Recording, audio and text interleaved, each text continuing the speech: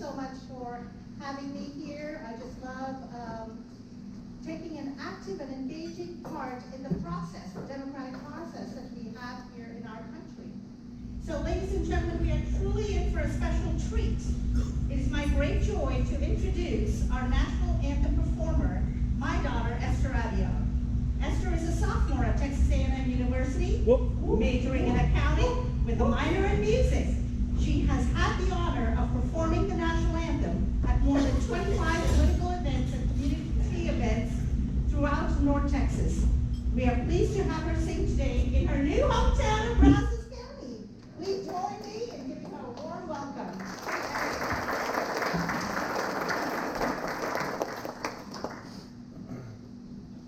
Would you all please stand?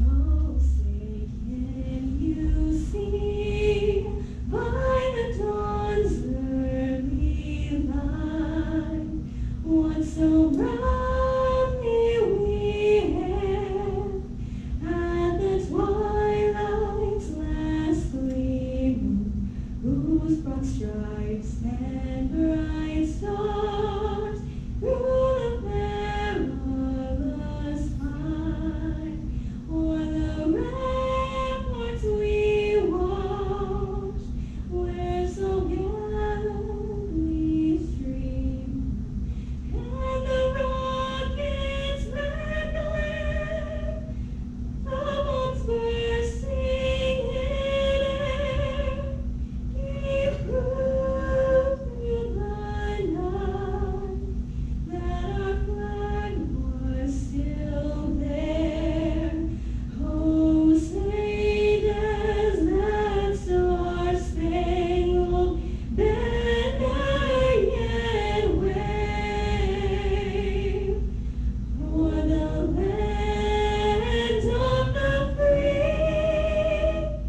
and the home of the brave?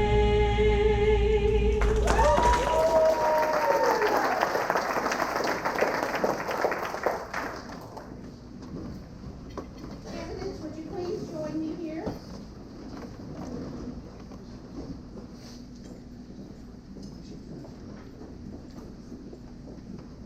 So, you know, we have Brandon Gaines, who's actually going to be timekeeping back there.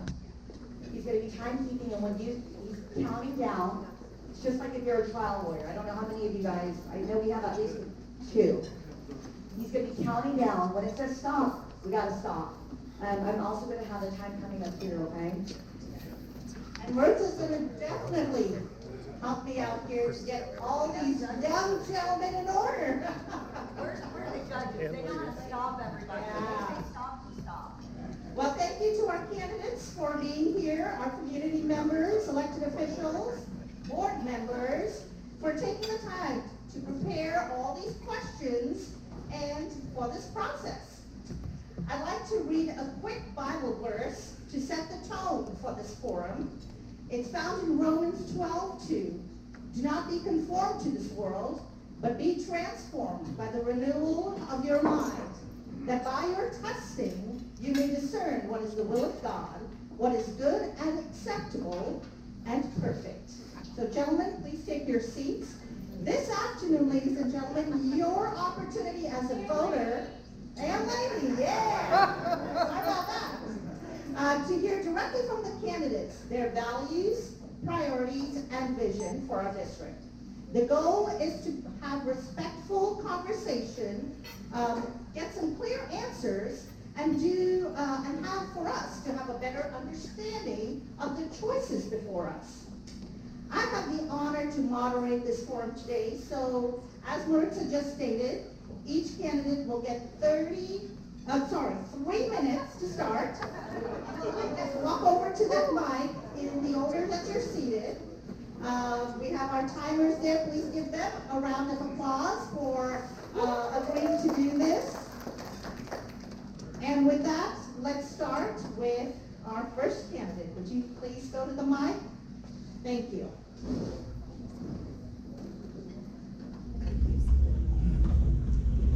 Howdy.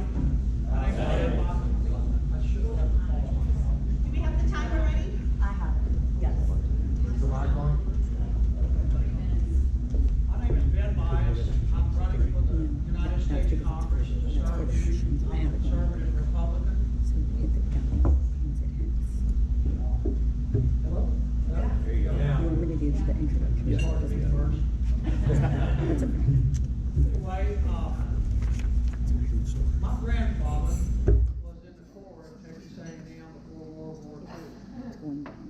My grandfather taught me the virtues and values of Texas A&M. Stand for the truth, never quit, never back down. That's who I am. I go way back. Y'all, how many remember Phil Graham? I was with Phil Graham the day he became Republican. And Phil Graham told me some real good advice. Tell them who you are, what you stand for, and why they should care. So I'm going to try to keep this short. I'm a conservative Republican. I'm a businessman. I'm from Huntsville, Texas. I believe that I can serve you in this district best of all of these fine folks, ladies and gentlemen. In this district, I live within an hour of 70% of the voters in this district. I believe that's a big deal when you've had a district gerrymandered to the extent that this has. For those of you who've not seen the map, it starts at the capital of Texas and goes all the way to the Indian Nation, the other side of Livingston. It goes from my hometown of Huntsville, Texas. I live about 4 miles west of there. And goes all the way to Centerville, Buffalo, Crockett. And how many of y'all know where Lovelady, Texas is? I'll be in Lovelady as soon as we get out of here. And I doubt that there'll be a whole lot of us candidates over there. But I know this district. I can serve this district well. And there are going to be some very serious issues that are going to come out of this campaign. There are people from California who are financing the campaign in Texas. They've raised $110 million. They're the California tech billionaires. They financed Pelosi, Biden, Obama, and all the left over the years. Now they want to take this seat in Texas. And I will not stand for it. That's why I'm in this race. It's because I'm going to represent Texas. I'm going to represent this district. And I'm not going to see that California takes over Texas. More like California. I believe Texas A&M is the seed in the heart of Texas. And what we stand for, the values that we have here, resonate across the world. And I'm going to try to see that A&M remains the finest research university on the planet. Thank you, sir. Thank you. Next candidate.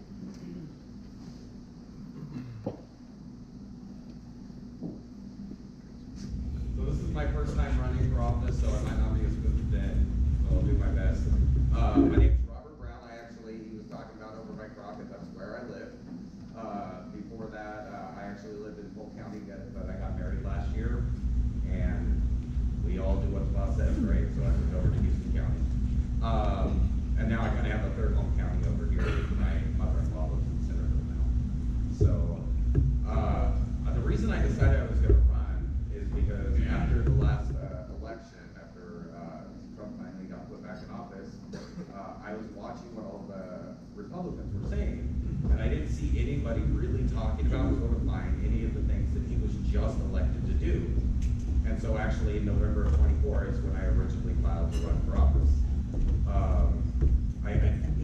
Conservatives, we've got the best message, we've got the best policies, but we've got this problem of keep getting representatives from Dallas and Houston and Austin that go over to Washington and they immediately start voting for more spending, for more debt, for more restrictions on their rights. And the only ones that really seem to work out for is them because they get rich. And I want to go and actually work on solving some problems. I was a turnaround specialist for 20 years for retail corporations. I'd go into broken business units. I'd figure out what the problems were. I'd fix them, make them profitable again. Saved thousands of jobs over the course of my career for Americans and created more because when the stores stay open, they keep hiring and they keep growing. And several of the chains I went and worked for ended up becoming the largest retailers in the world while I was working for them. So hopefully I had some part of that. But I see we send a lot of people that repeat the conservative messages a lot to Washington, but when they get there, they don't really seem to know how anything works, so they don't know how to fix anything that's broken, except for to throw more money on it, and that's just like throwing more wood onto a bonfire. It's not going to solve any of the problems. So, like, for example, I think maybe we can stop subsidizing the retirement plans in other countries while our elderly are deciding between meals and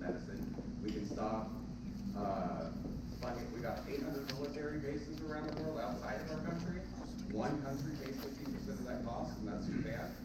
We just get everybody else to pay their fair share, to pay at least the rent. Thank you so much. So soon it'll let you reset it.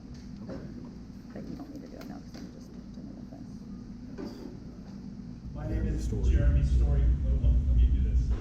My name is Jeremy Story, and I am a father of 7, husband of 1 wife, and I lived in Texas all my life. My family is originally from Nacogdoches since the days of Stephen F. Austin and others coming here. I have been the State Republican Executive Committee man for this area, for Senate District 5, for the last 2 years or so, along with Susan Lucas.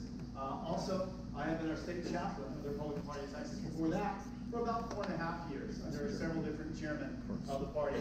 I've served as a national committee man, I'm sorry, not national committee man, sorry. I just talked about someone else, but actually served as a national delegate to our convention twice. I'm deeply committed to the principles of the Republican Party and a deeply committed person of faith. I have run a national ministry that I started actually in conjunction with the chaplain of the Corps back in the 90s. And that ministry grew from campuses here to college campuses across the country, uniting together ministries and churches to transform college campuses coast to coast. So we started with a handful and really grew all across the country. And I served on the board of the National Day of Prayer for about 13 years, the board of the National Prayer Committee, on the board of Intercessors for America, their executive committee, all kinds of things, staying committed to principles that Republicans care about. And that's where I've been. I am, I believe, the proven grassroots candidate in this race. And I'm proven in the sense you not only need to believe the right things, you need to be willing to stand for them when you're facing opposition.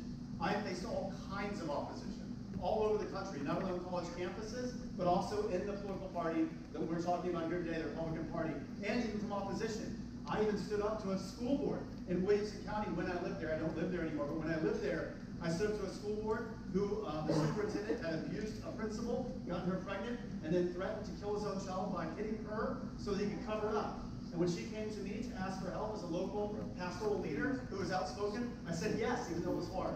And when I did speak out against that school board and spoke out against that superintendent and the things that they were trying to cover up, they came to my house 30 days later and arrested me and put me in jail. And now here we are 4 years later, and I've raised $160,000, sued their pants off, and about to win a lawsuit in a few months for parental rights.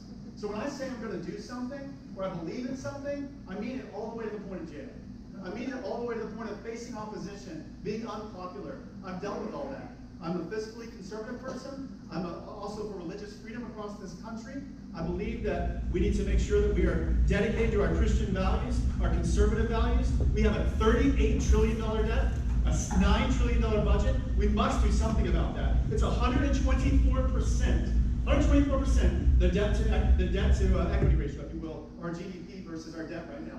Just in 2000 it was 54%. We must do something about that. I'm extremely pro-life, extremely pro-religious faith, extremely pro-fiscal responsibility, and will be a person that can push back against some of those corrupting forces in Washington, D.C. Thank you, sir.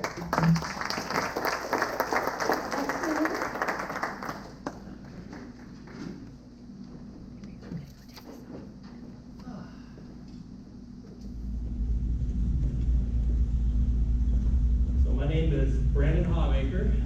So why am I here? So reason number 1, Jesus Christ. I'm a disciple of Jesus Christ, and the Lord wanted me to be here. So that's why I'm here. So I'm also planning to do things a little bit different.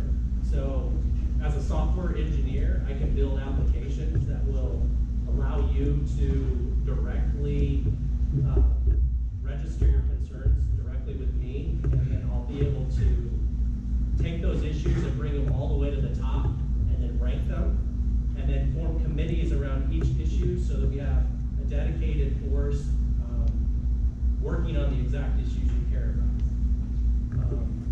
I care very much for liberty. I care very much for our Constitution. A few of the measurements I would measure everything by is it constitutional?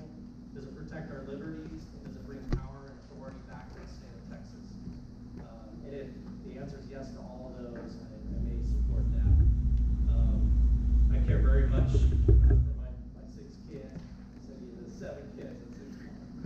was done at 6, huh? It's not a competition. Oh, that was rough. Yeah, so my kids, I think about the life they're gonna grow up into, and how to survive is almost impossible now. I mean, the cost of living's gone through the roof. I mean, it's ridiculous just buying something at the store. It's like $20 for this, $20 for that. It's ridiculous. So I want to abolish the Federal Reserve System and basically bring back sound money again.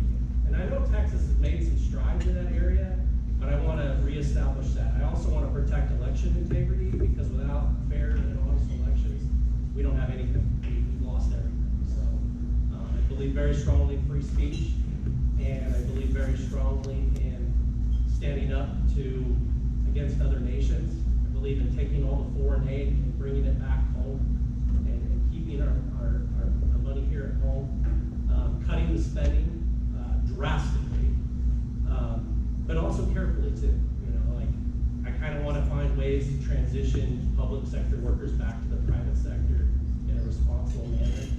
And I also want to, protect our liberties by gutting the 34,000 pages of the United States Code. There's something in the code that is interesting. There's a standardization of federal policies that we could do that would not require federal law. So we could basically pull things back to the state of Texas and instead create national standards that each state opts into. That way each state still has full control over which policies they support. Thank you so much. Thank you. David, Brenda. We have the beautiful Jessica.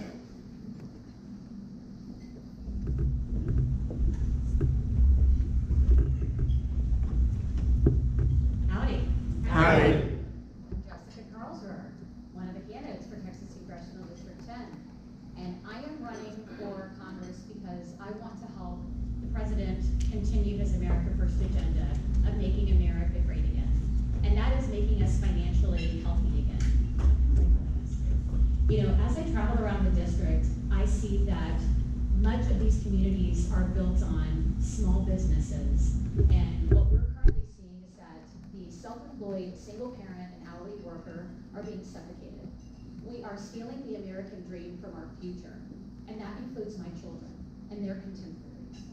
And so when I stand here and say I am a wife and I'm a mother, I'm a proud Texan, but what I see happening is that our state and our nation are at stake. The president has done a wonderful job trying to get this country turned around, but there is much more to do. And with respect to this district, it's a really special place. And it's not just because we have Texas A&M here, but it's because this district is rich with many assets. Did you know that 2/3 of this district is rural?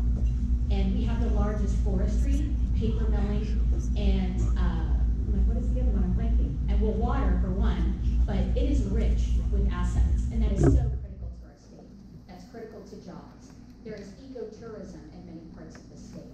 Not only do we have Texas A&M, but we also have Sam Houston State University. We're very fortunate to have 2 wonderful universities in this district. And that goes back to affordability. We need to make sure that people can afford to live, that they can afford to go to school. We need to make sure that we are healthy. And that is not just supporting agriculture, which for most of you know, I have worked significantly in agriculture for a number of years.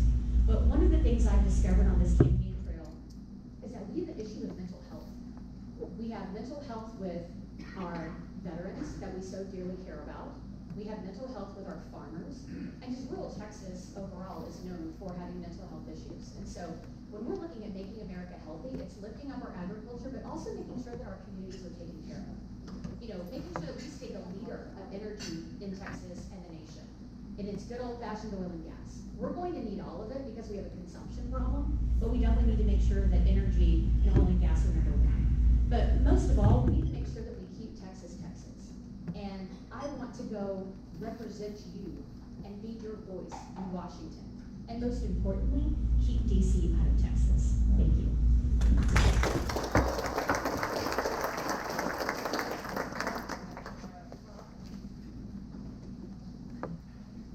Howdy. So when our moderator read Romans 12:2, at first I thought she was going to read Proverbs where the author I'm assuming King Solomon says, do not spread lies, and God hates people who stir up contention. Romans 12:2 it is. So my name is Major Rob Altman. I'm medically retired from the United States Army. I have multiple combat tours. I have been all over the world, and I have seen the blessings of this great state and this great country. When people ask me what my campaign is about, it is about service. Your job as the voter is to consider each of us talking to you today. And I would like to thank the ladies, the staff here that put this on, and the other candidates for being here, because this is what our republic is about. It is about offering you a choice on who represents you. As you do your research, please consider who has the record of service that most aligns with you and impacts your heart. Many people are concerned about electing someone who will go to DC to vote for them, and then they become upset or disappointed when those individuals turn out to be just like the other folks in DC. Jessica mentioned it, I'll say it, DC does not know what's best for Texas. Texans do. And so when you go to serve in DC, one must have a security plan. As a veteran, I care about service. As a father, I care about service. I'm very proud of my two children. I'm very blessed that they're both Eagle Scouts. I'm very blessed that when I came home from serving my country, I served my community as a Scoutmaster in church. I served for a year on our appraisal district board, and I ran away from that fast because I didn't want to be called Matthew. For those of you who know the Christian Bible, you will understand that. But as a member of the appraisal district for that year, I made sure everybody knew protest, protest, protest, because that is a state issue that needs to be fixed, property taxes. But we're running for federal office. You can count on me to be your voice. I will meet you. You will have my phone number. Thomas Jefferson said to James Madison, the people are the surest reliance for the preservation of our liberty. My campaign is about service. My life has been about service, and I am so thankful for this opportunity to serve you. God bless you. Please visit altmanfortexas.com. Thank you.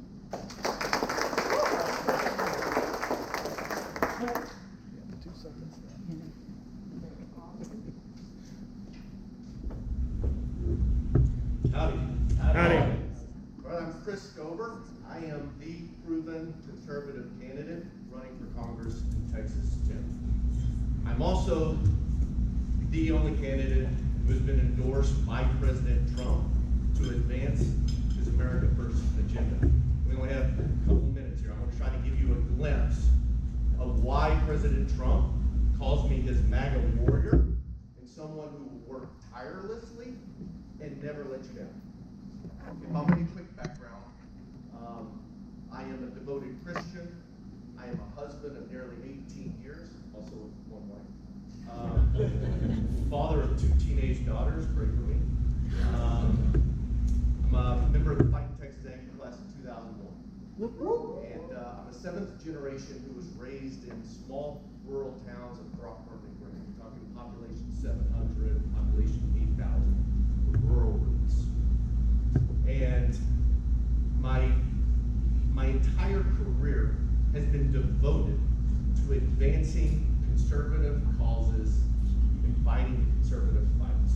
I think right now they probably look at me and say, all right, this is the establishment candidate. Long before I was the establishment candidate, I spent more than 2 decades engaged in the guerrilla warfare against Democrats and progressive liberals across the country.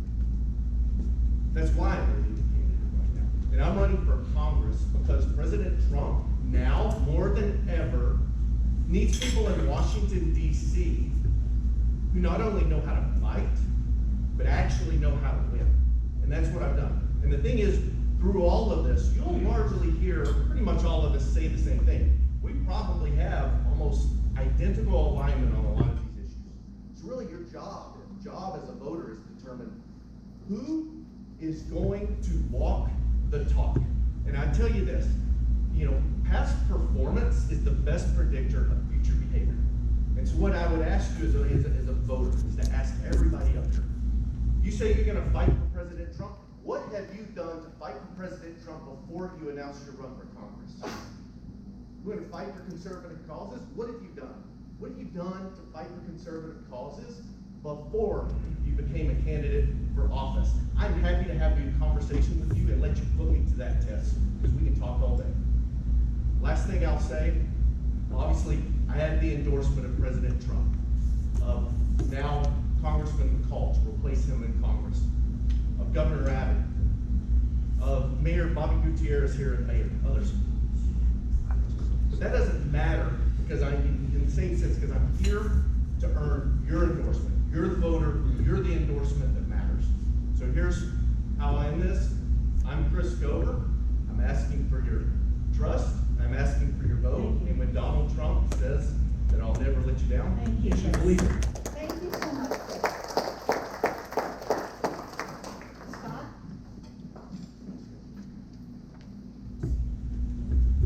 Howdy. My name's Scott MacLeod. It's great to be here with you today. It's really an honor to be up here with you guys. This is an august body. So Jessica and gentlemen, it's a real honor to serve alongside you. We try to do what's best for the state and the nation. Hey, why am I running? It's real simple. I've lived the American dream. My mom had her first child when she was 14 years old. She never went past the 8th grade. Worked 2 jobs as a waitress to support me and my 2 sisters. And from that, because of what this state and nation has provided for us, I went on to command a 1,000-man battalion in Iraq. During President Trump's first administration, I commanded his first Texas border deployment. I worked for both Governors Perry and Abbott. I commanded the 6,000 soldiers and Marines that were in Houston as part of the Hurricane Harvey response force. I went on to lead a school through COVID. I'm going to get a special award in heaven for that. 7 years in Christian education while simultaneously running a successful small business. I've met a payroll. I understand what it's like to face the economic issues that are staring down our country right now. And why I want to run is to give back. I feel as if I have been a beneficiary of an amazing nation. I have 2 children. My daughter just graduated from A&M class of 25. I want to make sure that her and her sister have the same opportunities that we have enjoyed. And ladies and gentlemen, I'm not sure that's guaranteed. I've voted for President Trump 3 times, but he's going to leave in a couple of years, and I'm really concerned that a lot of folks are going to take off those red MAGA hats and they're going to throw them in the corner, and they're going to go back to being Rhino Republicans. He's done some great things, guys. What you're voting for, in addition to having a great representative, is establishing a leadership bench for the future of our state and nation. I did my duty, nothing more, nothing less. But when I look at the story that the good Lord gave me, I feel an obligation to offer that back. And I think there's some great candidates up here, and I'm really proud that we can offer you some fantastic choices. But I don't think our future is guaranteed. We talked about the debt to GDP ratio. Guys, experts believe in 5 to 10 years you can expect Congress to start talking about major program cuts. Texas A&M has a little bit more than a $7 billion annual budget. 20% of that budget is federally funded. So when they finally figure out that they didn't do their job by presenting a balanced budget, they're going to show back up and they're going to try to cut programs, and they're going to try to cut programs because Social Security, the 2 funds it funded, will run dry in 2035. Experts believe that you can expect your benefits to be cut down to 75 to 80%. Thank you very much. Thanks a bunch. I hope our community here has the opportunity to take some notes and listen carefully to their opening statements here. I think I'm going to do something fun. Gentlemen and lady. Okay.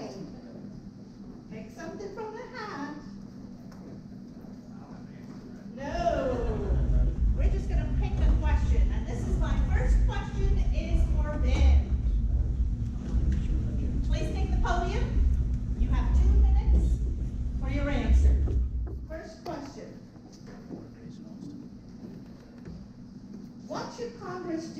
ensure that our Second Amendment rights are not infringed upon? Well, I was with the NRA a couple of weeks ago talking about some of the agenda items that they have. Texas has the finest gun laws in America, thanks to our legislature. And that could be a whole lot more like Texas. We have to take what Texas does to the nation because we're the leaders. We know what's best for Texas. You're going to hear about the assertion of states' rights in this campaign, where Texas's legislature is being denied the right to regulate AI or is threatened by the federal government. I disagree with that. So the Second Amendment and all of the amendments to the United States Constitution, Texas is a leader. I'm going to stand and fight for Texas. And I believe that one of the issues that the NRA was concerned about is up in the Northeast, you cross the county line or cross the state line and never even know it, and you become a criminal. We do need a law in the United States that says if you have open carry or constitutional carry, you can go from state to state and not be a criminal. It's a very big concern up there. We don't have that problem because you can drive for 15 hours and get across Texas. Anyway, that's my answer. Thank you. All right, will Robert please get ready at the podium?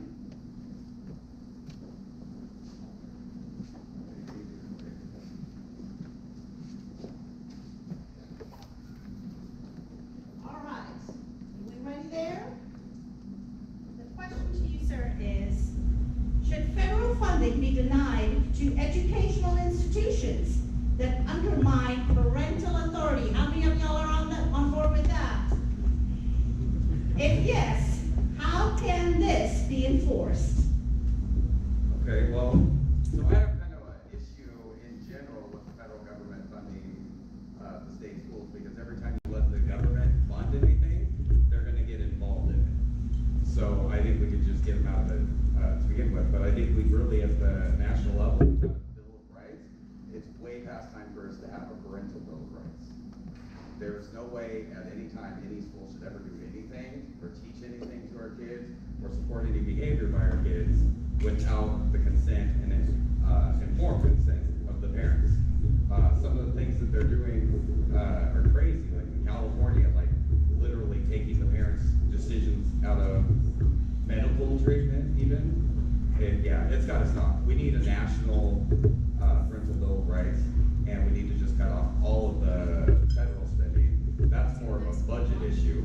We spend trillions of dollars on improving education and watch it go down the drain. I mean, we got an 80-year history of the federal government. Nothing they get involved in actually turns out the way they say it's going to, and usually it just ends up with wheelbarrow load of money after wheelbarrow load of money getting dumped on the fire until eventually they just cut it off. The problem is, it seems like Congress forgot how to cut off the fires. So, yeah, I'm for withholding all federal money from schools and a parental bill of rights. All right, thank you for your answer. Would the next candidate please walk to the mic? And as they're kind of, finishing up with their responses, feel free to get up and make your way there towards the end. Thank you. All right. You do us the honors.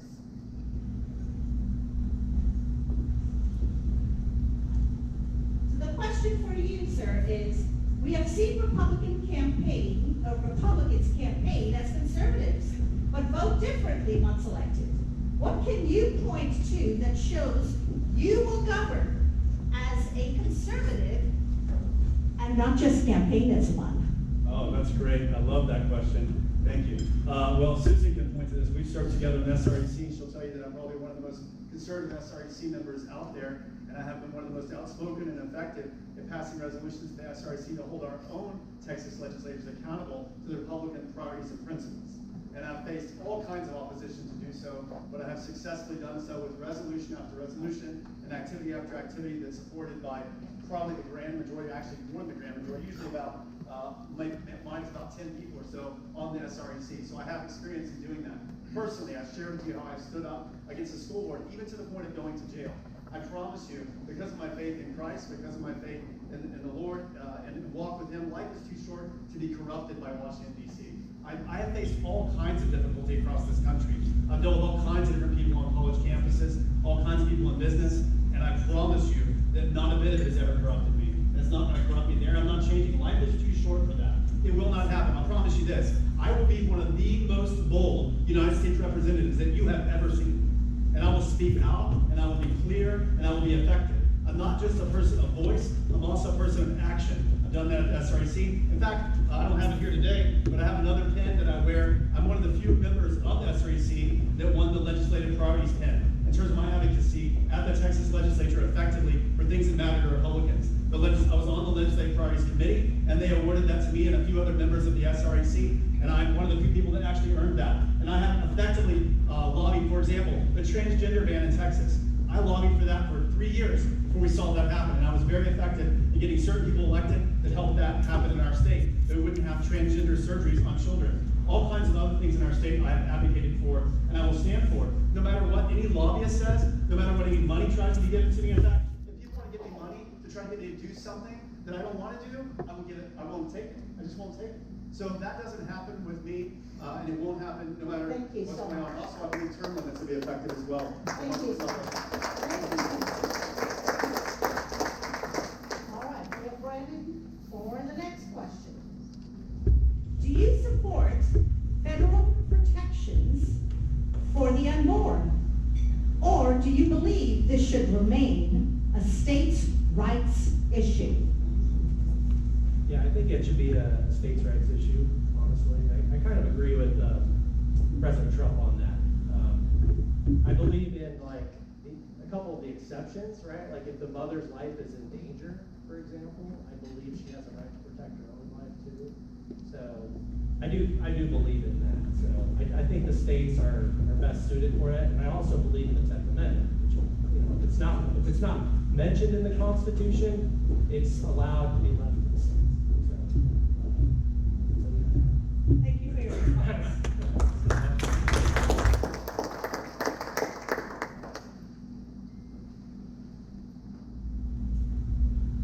All right, Jessica. What federal programs and departments would you cut or eliminate? And you know, recently we had President Trump have Linda McMahon kind of reduce and shrink the Department of Education. So what would you cut or eliminate, even if it's politically unpopular? Well, I've done a lot in my career that has been politically unpopular, and so this is not the first time I would be in a David and Goliath situation. But with respect to departments and agencies, every single one of them needs to be looked at. There is significant waste and frivolous spending happening at the federal level in departments that maybe don't need to exist. So looking at all of them, vetting them, making sure that they go through the proper appropriations and allocations. You know, a perfect example is I used to run the Texas Credit Union Association before I decided to run for Congress. And there is an agency called the CFPB, and it is one of the other agencies that was set up by Senator Warren and other Democrats to have oversight over credit unions. And essentially what it was designed to do is completely squash them with compliance. So they cannot afford to stay afloat. They are required to shut down because they do not have the manpower. And what I know about credit unions is that we have Aggieland Credit Union here, among others. They are huge financial backbones to communities such as this. But that one organization was set up to crush it, and that is to support big banks. And I can guarantee you big banks are not helping get vets the loans they need, your first car loan, helping you open your small business. So we need to be looking at every single agency and every single department, and there needs to be a reason as to why they exist and appropriate funding. The other thing you need to know about the CFPB is that it is not under control of Congress, so it cannot manage the purse strings, which means that it can bloat itself however much it wants. And so fortunately, under President Trump and DOGE, we were able to draw that back down, and quite frankly, there are some members who want to eradicate it. We need to make sure we have dollars going back into your pocketbook and not DC. Thank you, Judge Gober, I'm walking towards you. Get ready, warm up those fingers, and here we go. Let's have the next question for Jeremy. Oh, sorry, it's up there. Okay. to you is, should Congress take any action against China to deter an invasion of Taiwan?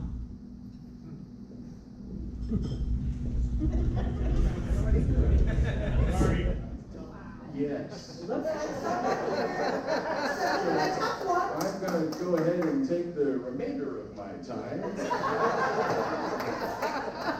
Thank you for drawing a national security question. You know, Thucydides, who's a Greek writer, said that people do things out of fear, honor, and interest. And if you've been paying attention to China for some time, as people in the national security realm have, they said way back with Deng Xiaoping, which is 2 years ago, if you know this, that they were waiting, they were biding their time to become strong, and what did we see them do? They bought up land, property, mineral rights around our country. So yes, absolutely I'm in favor of that, not because we need to be the world's policeman. There are more than military means relative to national security. There is diplomacy, there is information, and ladies and gentlemen, there's economic pieces that we can leverage. I don't know if you know this. It's either 1 or 2 of China's 6 banks are the only legitimate banks. China has a faulty system, and the entire Chinese system is built to secure the Chinese Communist Party or the CCP. Make no doubt about it, friends, they care about China. They don't care about anything else. They kill their people, they don't care. We have a blessing in our democratic republic of having to react to things. China is a system that will do whatever they want for the CCP. Yeah, that was an easy one. Thank you very much. Well, thank Coach Wilburn for that question. All right, Chris. All right, Chris, this is your question. How will you stay connected to grassroots concerns when making key decisions? I love this one, don't y'all? Well, one kind of key component to any representation is to have a direct voice really into the people and have a dialogue. I mean, there's one thing that you are going to just kind of learn through me, and I kind of get criticized a little bit this from even some of my own staff sometimes. They're like, you're a little too lawyerly, kind of, analyze these things. But I think that is absolutely kind of a critical function of government. We can sit up here, we can give a lot of the talking points, the stuff that sounds good in speeches and other things. There are a lot of nuanced, complicated problems that are arising all around us. Think about the growing communities, the advances in technologies. What are the impacts that those have on our communities and preserving rural America? And what is essential to us as, rural Americans and what we hold dear? Those are all very complex and complicated problems where, as a representative, that has to be an ongoing conversation. It's not about opening up the morning newspaper and seeing what the national papers, have to say about issues. It's talking to the voter. It's understanding what's going on in your workplace, what's going on your farm, on your ranch, what's going on with, whether it's water issues, infrastructure issues, transportation issues. These are all things that you live with on a daily basis. And that's my commitment, is to listen and to analyze. I will actually kind of use this in my business. We have a thing called IDS, identify, discuss, solve.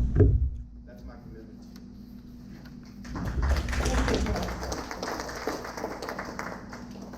All right, I'm going to walk over to Mary, Who did an amazing job. putting all these questions together, taking concerns from our voters, our club, and board members. Thank you, Mary. The question for you, sir, is, with the recent U.S. strike in Venezuela, what should Congress do to support the fight against narco-terrorism and TVA gangs terrorizing American families? I'm really proud of what President Trump did in Venezuela. There's historic precedent for multiple Democratic and Republican administrations for taking similar actions. Number two, I spent 4 years on the U.S.-Mexican border supporting federal, state, and local law enforcement. Guys, the cartels are a lot more dangerous than we sometimes realize.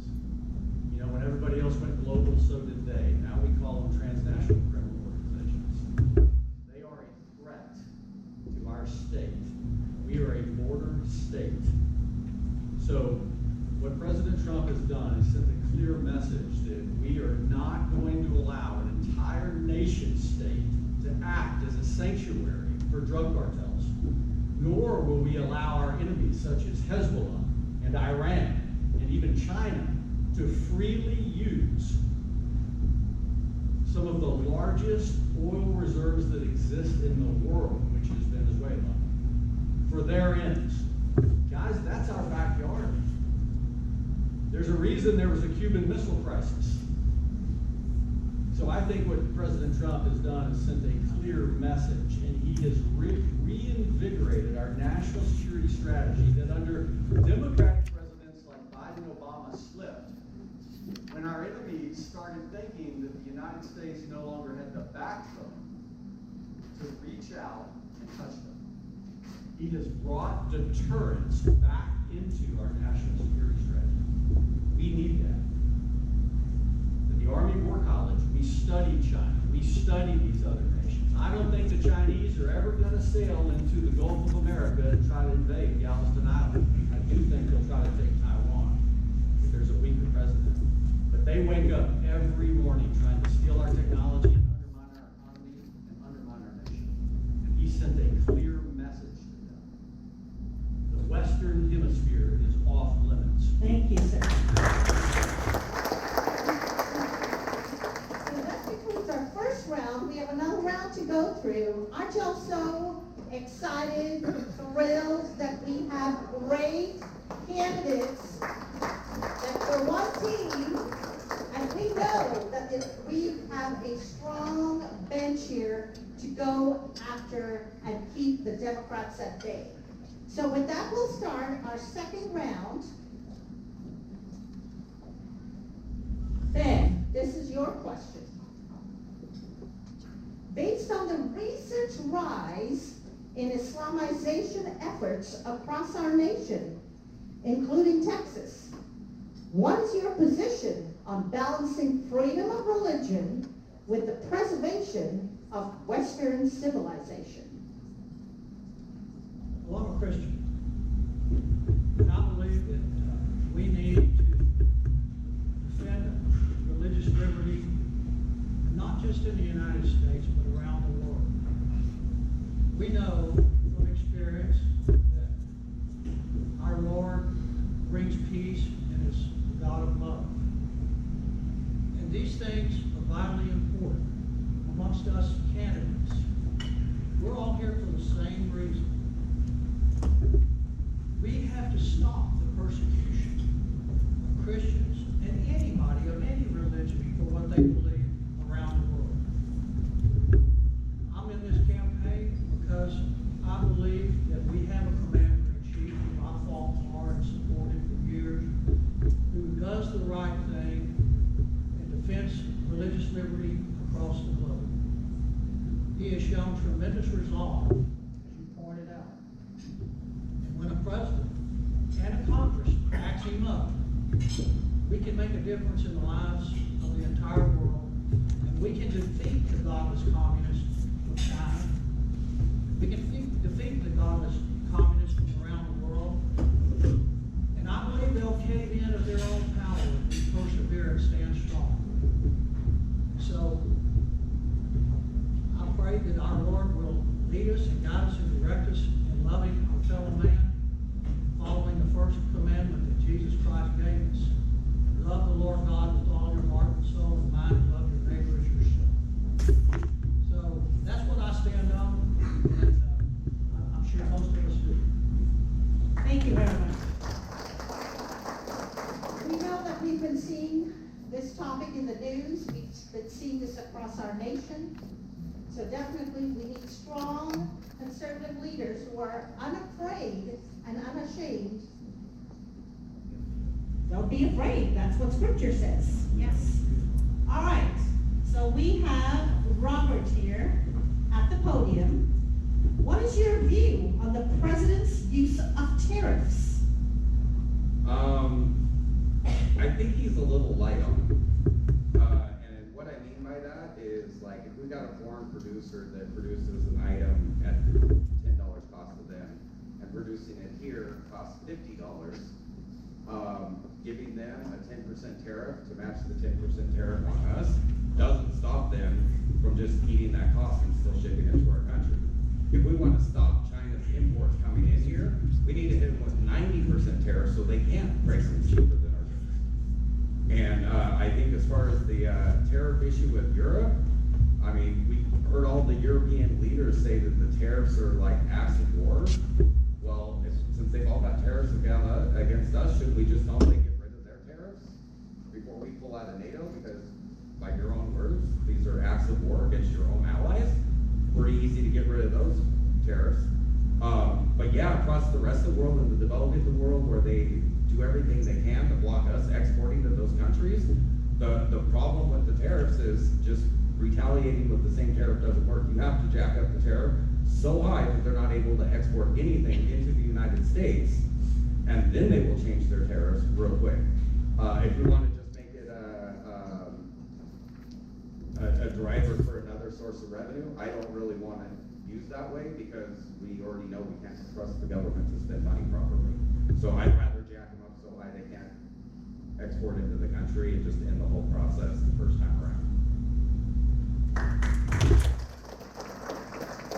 Thank you so much. Will the next candidate please head to the podium? The lovely Diana Davis has just pulled up a question for you.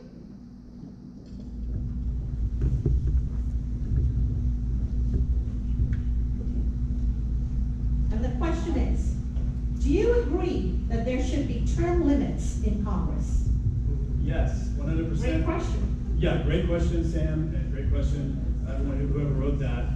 Yes, 100% agree that there should be term limits. We have enough Americans who are amazing individuals that we should be able to find 435 people, even with term limits, again and again and again. And the refreshment of our U.S. Congress and our senators would be very, very helpful, but particularly the U.S. Congress, which is the part I'm running for. I think it'd be very helpful because what happens, and I served on the National Day of Prayer, National Prayer Committee Board, and I was in and out of D.C., and what happens is things get so entrenched there with men and women who serve there that things just get stuck. And I think one of the ways to unstuck it is to think outside the current rule system and to keep pressing forward in that. So while I know that it's very difficult to see something like that pass, I would be working to see it pass.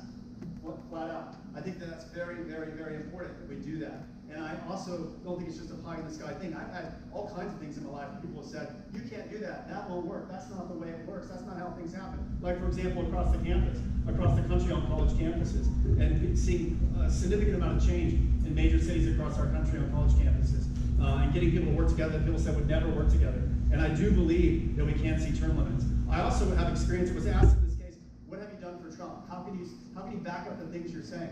In 2016, I was on Trump's spiritual advisory team. I was asked by his campaign, along with about 15 other people, and I faced off George Soros. We found out ahead of time that George Soros was trying to shame evangelicals, remember that?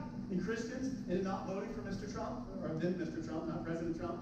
And I, along with about 15 other evangelical and conservative Christian leaders, stood firm to help expose that plan and shut it down. And the rest is history, because it was said over and over again by Mr. Trump that it was conservative Christians who helped him turn the tide in that 2016 race. And there was about 15 of us that faced down Soros and his team to stop that. So that's another example of something hard that people said couldn't happen, that did happen. So when I say I will work for term limits, and I believe that they're important, I mean it.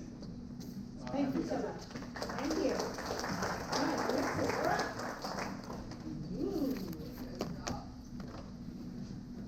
All right, Brent, you all set there? Sure. Excellent. As a U.S. representative, how would you improve oversight of grant funding and earmarks buried in legislation? How can oversight be strengthened before money leaves the treasury? Well, get rid of it all.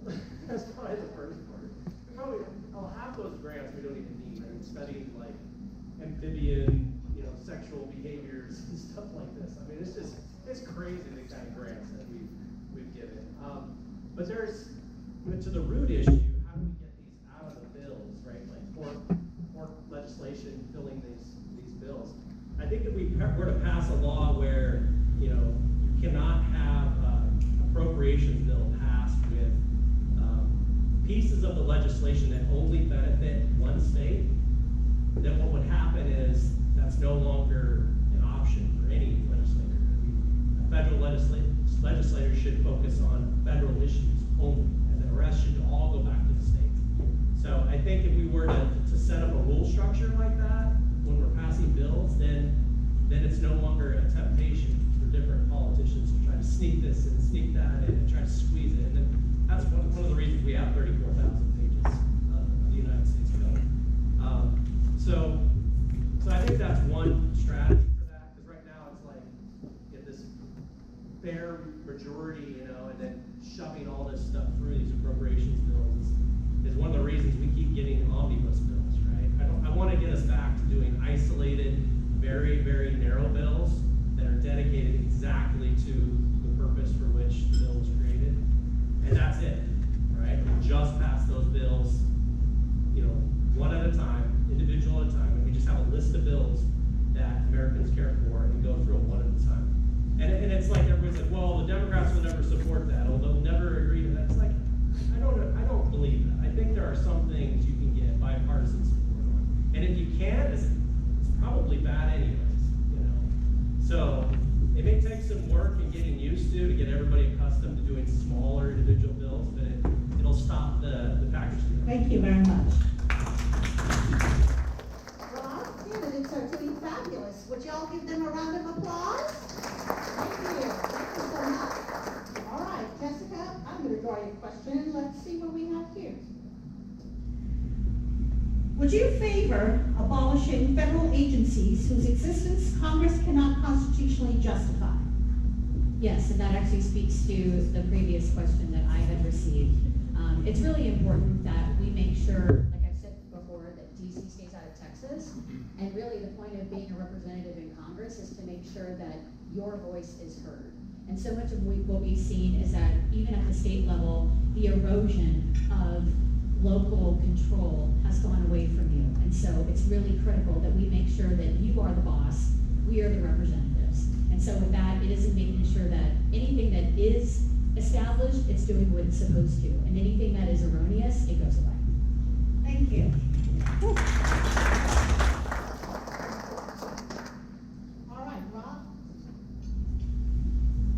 Your question is, what election integrity measures have you identified for improvement? And which would you advocate for through legislation and why? So there is a difference, and there's a reoccurring theme that we are hearing on the campaign trail. I know several of the candidates have. There's a difference between what is the state's purview and what is the federal purview. And this issue of local control is of concern. So yes, I'm very much concerned about election integrity. But I'm also very much concerned about what the federal government should or should not do. In the state, no offense, Mr. Representative, we had the pandemic, and we had people in the state house who, because of an emergency, leveraged restrictions that Texans didn't really care about, and then they were lessened. My concern is that the county officials that I speak with, they have so many state unfunded mandates. How am I, as a federal rep, going to work on a bill that's going to give them more unfunded mandates to where these local leaders can't take care of the services that you need relative to police or the sheriff's office, fire, this, that, and the other thing. So, yes, I'm in favor of election integrity. What I think we could do at the federal level is look at it from a national security perspective and fight against foreign interference, which has clearly been something that we saw in 2016, 2020. And if you've ever been around the intelligence community like I have, ladies and gentlemen, it didn't just start It's been going on forever. Who makes certain machines? Did it come from China? Is there some secret code that's embedded in that machine? I'm not saying that's the case. Ladies and gentlemen, try to work with your local election folks, because they're trying to make sure that we have a good system. But yes, I would support it from a national security perspective to keep foreign influence out. Thank you. All right, Chris. Shift this a little, and here we go. Do you believe the current election system inspires voter confidence? It's kind of similar, tagging on to what we just heard. If not, what reforms are needed? Yeah. So right now, a big problem we have with our elections and the integrity of our elections is voter confidence in not only the accuracy of results, but also how the rules are changed and manipulated. I'll tell you this, there's also always this kind of question about, 2020, and did the Democrats steal the election? Here's one thing I can tell you with absolute 100% certainty. Had the rules that were in place on January 1st, 2020, been the election rules that were in place in November of 2020, Donald Trump would have been elected president. You heard it, Rob kind of covered this, but just through the changes of COVID and the other things that were used to justify the changes. I'm actually the founding director of an organization, Save Election Day, right now, which is actually leading the charge to advance President Trump's executive order that's targeted on creating fair and secure elections across the country. We're leading that charge right now. So this is very important to me. Obviously with my background, something near and dear and close, but unlike most people that just talk about it, I've been in the trenches, seeing it firsthand. Thank you.